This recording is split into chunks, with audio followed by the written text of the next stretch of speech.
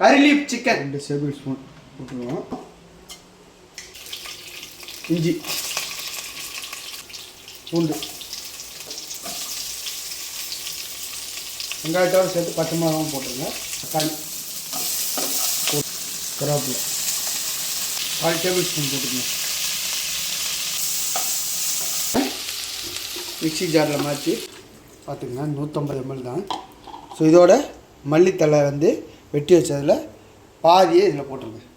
அதே பேனில் சோம்பு குடமிளகாயும் போட்டுருவோம். இந்த கோழி வந்து ஏழை பண்ணிடும். எண்ணெயில் அப்படியே லைட்டாக வதக்கி ஸோ வணக்கியாச்சு. இப்போ இந்த அரைச்சி வச்ச கிரேவியை இதில் ஆட் பண்ணி ஸோ இப்போ சால்ட்டு 1 டேபிள் ஸ்பூன் ரெடி ஆயிடுச்சு. ஒரு பத்தலை போட்டு செட் பண்ணிடுவோம். செமையான கிரேவி. இதோட கொஞ்சம் லைட்டாக லெமனை புழிஞ்சு விடுங்க.